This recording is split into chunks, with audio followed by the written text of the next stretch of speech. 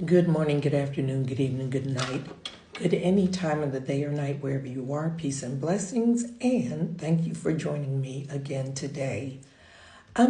This is going to be like way off the beaten path of what I normally do, but there's a situation that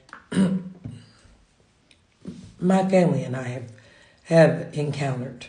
I'm trying to make a long story short, but here's what happened.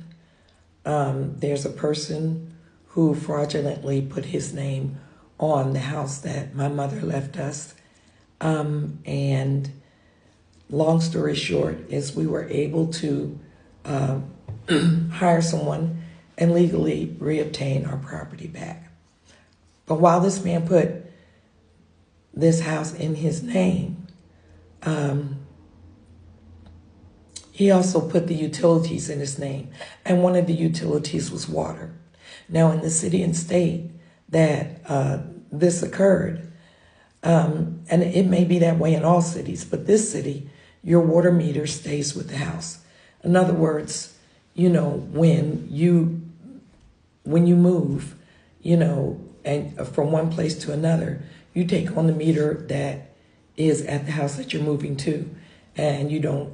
You keep the account with the house that you're moving from.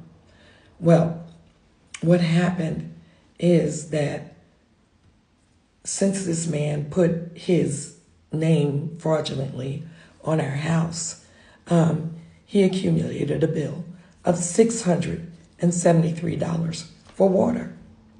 And so when we went through the legal battle and we got the house back, the city assessed that bill to us.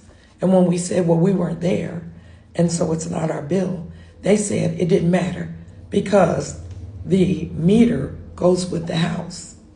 So in essence, I guess what they were saying is they were going to make the next person pay the bill. And even in the real estate, they have people that sign that they will take on that bill if a bill was left in order to be able to buy that house. Now, I just don't think, and they say it's legal. I don't think it should be legal. Why should you be paying a bill?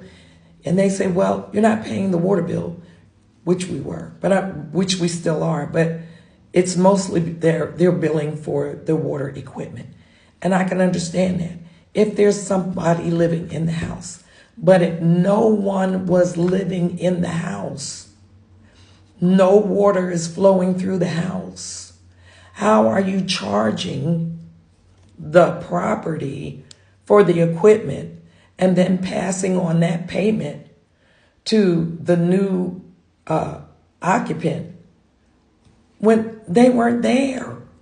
I mean, how do you say, well, we're charging you for the equipment, but you weren't there? This is your first time being in the house. How can they charge you for equipment that you were not present to use? And so I am on a mission, a journey to challenge this city and this water company on this law, because I think the law is fraudulent. The law is bad. In this particular case, the house was the water was cut off over a year ago, and no one lived in the property. It was longer than that, but they didn't cut the water off. They were trying to get the person who fraudulently said the house was his to pay the bill. Well, he was trying to steal a house, so he's not going to pay the water bill. So anyway, after not being able to catch up with him, they cut the water off. And all the bills that that are owed, money is owed on, are in his name. And when they presented a bill to us that they wanted us to pay, his name is on the bill. So how are you saying that you have a legal right to charge someone who was not there, who did not live there, who was in a legal battle for the house? And, of course, this man had someone go in and do work on the house and everything else. They were using the water. They were using the electricity. They were using the gas. They were using all of that. We were not there. And we didn't have a problem with anything else but the water bill. Now, I understand the meter stays with the house, but let's just say that house stays empty for years. Are you going to say that the next person that comes along has to pay for the house, for the meter in a house where no one lived? That just doesn't make sense. So I'm going to go ahead and see if I can fight this, and prayerfully I'll be successful, because I don't think they have a legal leg to stand on. I mean, it may be the law, but the law is not correct in my estimation. Now, maybe somebody else has a better understanding of what this is and can, give me lead me in some direction. However, if there are people out here who are going through the same thing, I'm not saying this happens at every city. I know it didn't happen in this city where I live. So when I took over the water, but if anyone else lives in the city where this happens, go ahead and let me know what your story is. And I'm thinking that possibly we could get together. We could do, especially if it's in the same city, we could do a class action lawsuit, and we can get all these bills that they have passed on to people that don't owe them. We can get absolved of those bills and cause them to change this practice. It's not a good practice. I'm not sure whether I can say what city and state this is on TikTok. That is why I'm not saying the city and state.